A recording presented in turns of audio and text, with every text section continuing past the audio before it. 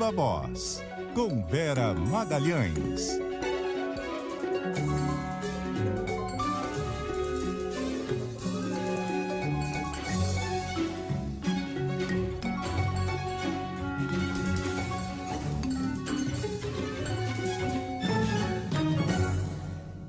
E aí, Vera? Salve, salve, Sartenberg, Leandro, todo mundo que nos ouve e nos assiste. Oi, Vera. Vera, eu sei que a gente vai falar de CPI, mas eu queria falar uma coisa a meu favor, pode? Claro, sempre. Então, é que na semana passada, no sábado, eu publiquei uma coluna no Globo dizendo, o título era o seguinte, página 2 do Globo, dizia o seguinte: crimes do presidente, quem vai punir?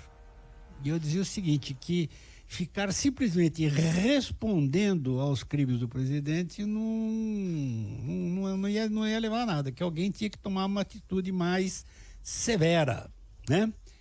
E tá aí, o Barroso tomou, né? Viu? Verdade, não acho só que ele leu, né? acho que ele leu a minha coluna e falou, eu vou ficar sabendo uma coisa, eu vou... Boa sugestão. Vou pra cima, vou partir pra cima. Vou... E o importante é que não ficou circunscrito a ele, né, Sardenberg? E que foi uma reação em conjunto do TSE e do Supremo, do conjunto do Judiciário. E aí o presidente, malandramente, tenta dizer que existe uma briga entre ele e o ministro Luiz Barroso. Mas não, agora é o Judiciário como um todo, de uma forma bastante organizada e junta, cobrando a ele que tenha responsabilidade pelas suas acusações levianas, falsas, pelos crimes que ele comete. Então, você foi no ponto. Você mesmo me provocou a esse respeito na semana passada, né? Quando eu estava elogiando a postura do TSE de responder, de desmentir as fake news, você cobrava essa postura mais institucional, que fosse para além das notas de repúdio e mesmo das notas didáticas. Então, de fato, houve um avanço importante nesse sentido. E o Bolsonaro sentiu, porque hoje de manhã voltou a falar disso, tentou dizer que não vai se intimidar e que a briga dele é com o Barroso. Mas não é assim. O Judiciário mostrou que não vai deixar que ele tente personalizar os ataques que faz na figura de um dos seus ministros, né? Bom, e sobre CPI? A CPI retomou hoje, está ouvindo o reverendo Hamilton Gomes, ele está tentando se esquivar de qualquer pergunta, dizendo que não conhece ninguém, não conhece Flávio Bolsonaro, não conhece a Michelle Bolsonaro, não conhece ninguém no Palácio, não sabe por que foram escolher justamente ele para intermediar vacinas, uma vez que ele nunca tinha vendido uma dose de vacina sequer, um depoimento meio surrealista. Que mostra que realmente o Ministério da Saúde ficou à mercê de pessoas que não tinham nada a ver com o ramo e que viram uma janela de oportunidade para negócios ali. Esse é um depoimento que vai bem corroborando essa linha da CPI. Muito importante, Sardenberg, eu acho que eles usaram o recesso para fazer uma espécie de uma limpa ali na pauta, algo que a gente também cobrava bastante aqui, né? Que era necessário foco, necessário maior discernimento ali entre o que vale a pena investir e o que não vale.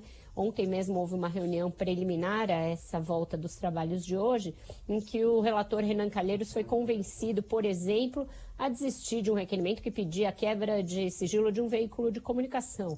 Algo absolutamente indefensável, por mais indefensáveis que sejam eventuais linhas editoriais de veículos de comunicação e que não tem nada, não guarda nenhuma relação com o objeto da CPI. Então ele desistiu desse requerimento, algo positivo, foi convencido pelos seus pares, e eles também decidiram focar naqueles nichos mais promissores da investigação. Tem uma dúvida agora, Sardenberg, quanto a quando se dará o depoimento do líder do governo, Ricardo Barros, porque ele está previamente marcado para o dia 12, mas como o dono da Precisa, Francisco Maximiano, saiu do país, viajou e o depoimento dele não deverá acontecer nessa semana, os senadores defendem que ele seja ouvido antes do deputado Ricardo Barros. Isso aí deverá causar uma confusão, porque o deputado tem sido muito vocal ali, no sentido de que ele quer ser ouvido o quanto antes, que ele quer explicar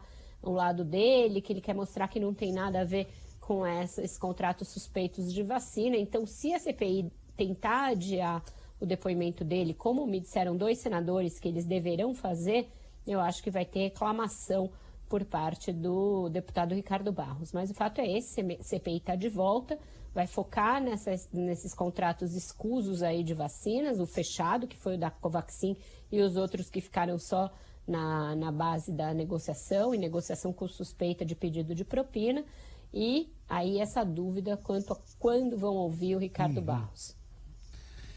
Tá certo. E mais alguma coisa que a gente esqueceu? Eu acho que não esquecemos de nada. Tá certo. O Ricardo Barros, por que ele está querendo tanto depor? Ele está dizendo que vai provar por A mais B que ele não tem nada a ver com o Roberto Dias, aquele servidor acusado de pedir propina, que ele não é o autor das indicações desses servidores acusados aí de ser intermediários das empresas, que ele não tem nada a ver mesmo com essas empresas.